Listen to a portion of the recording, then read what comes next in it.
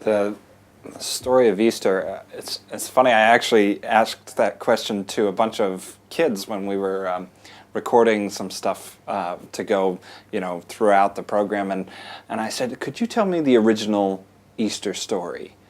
And these kids kind of give me this blank stare, and one of them goes, a long time ago, caveman decided to try chocolate.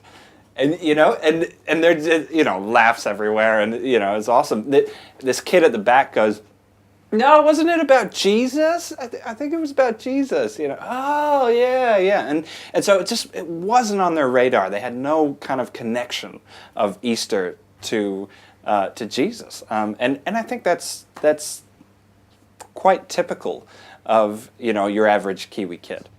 And it's not just the kids either. So many Kiwi adults, for them it's just a long weekend. It's a great, Easter's fantastic because it's a time to go away fishing or get away with the family or do some DIY around the house and gardening and all that kind of thing. That's what Easter is all about. It's possibly the end of summer and the final barbecue and your and last that sort hurrah. Of That's it, yeah. And I was thinking about this when we had Labour Weekend. I thought, for me, Labour Weekend is not actually about celebrating a 40-hour work week or whatever Labour Weekend is about. Queen's Birthday Weekend is not particularly a time to reflect on the Queen. It's just a long weekend, which is what Easter is for most New Zealanders. So we need to do more than remind them that it's about Jesus and his death and resurrection and all of that stuff. We need to get them interested and entertained and intrigued and go beyond just, it's not just about chocolate, it's about Jesus, but Jesus has made an enormous impact on the world and changes lives and is taken seriously by intelligent people. So then we need to sort of dig into that whole challenge as well. I think one of the challenges that we have is addressing those misconceptions that people have about the Christian faith.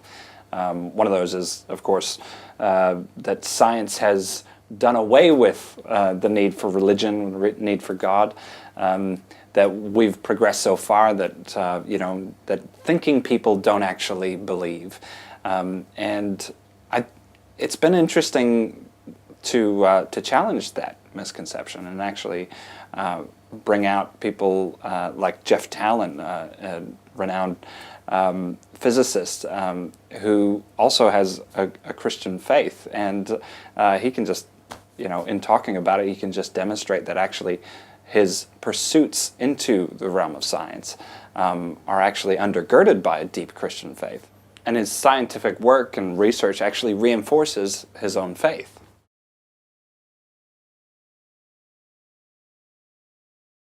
Looking back over these 18 years, I'd like to think that we've got better at the programming. We've learned quite a lot as we go. One of the things I think we've learned is that two things. One is that we really need to think about what the listener is wanting to hear on those days. We can't just come up with a whole bunch of brilliant Christian communicators and ram it down their throats. We need to think they're expecting to hear about gardening and DIY and the things that you do on a long weekend. That's what Easter is for them. So we need to remember to scratch where they itch and not just sort of make it sound like a Christian radio station. It's their station, and we need to provide them with a program that's going to appeal to them. So that's one thing.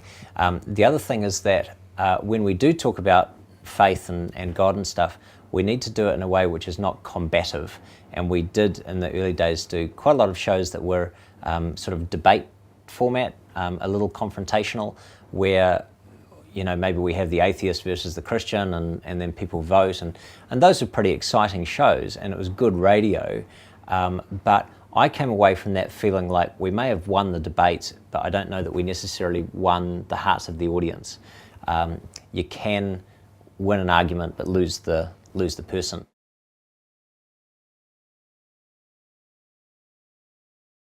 We want to get into some real meaty topics, and we'd like to look back at history at the way that God has actually stepped into human history, or the way that Christians have actually influenced the course of history.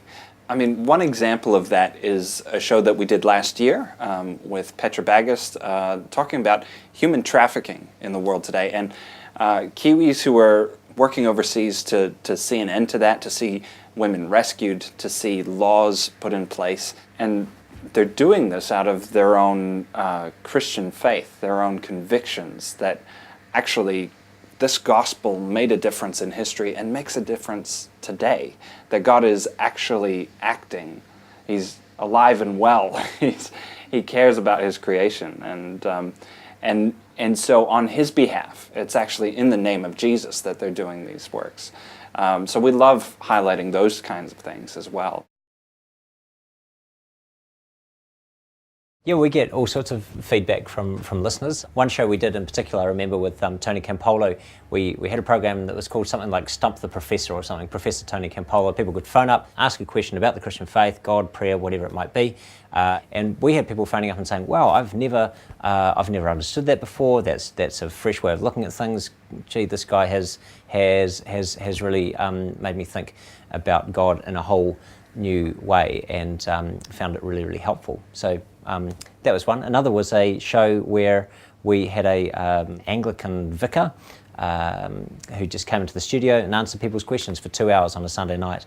And we were giving away copies of Lee Strobel's book, A Case for Christ. We gave away 20 or 30 copies that night to people who phoned up and just said, wow, what a fascinating conversation. I'm not a Christian, but I've never heard anybody talking about God like that before. I'm interested, I'd like a copy of the book. So I think one person asked for 20 copies of the book so he could give it away to friends and family and so on. So yeah, we get feedback, and it's the feedback from the non-Christian audience that's most gratifying, because that's ultimately who we're trying to reach. What's our end goal in all of this is to draw people to God. It's not just to have them ask questions or to see the Christian faith in a positive light. It's not even to believe that the historical Jesus is real. I think what we really hope for and pray for is that people will seek God out for themselves. If people will hear our broadcasts and go, you know what, I really haven't given God too much thought for 30 or 40 years, but I'm going to pray and just test the waters, well, that would be a great result.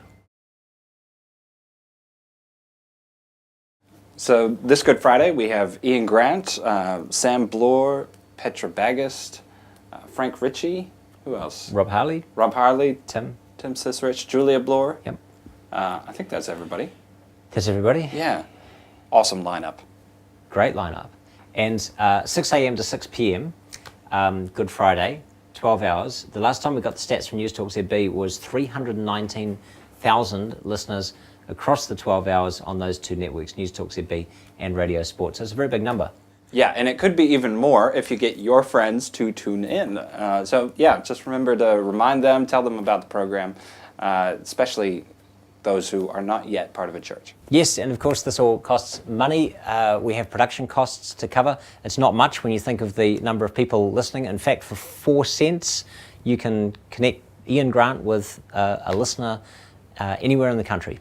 And with those sorts of numbers, we're talking about really a cost-effective way of reaching a really, really large number of people. So if you are able to make a contribution, whether it's $5 or $50 or $500, every bit counts, and we're enormously grateful for for everybody's contributions towards that. So yeah, we are constantly blown away by the generosity of our supporters throughout the country, and we're very, very grateful for them.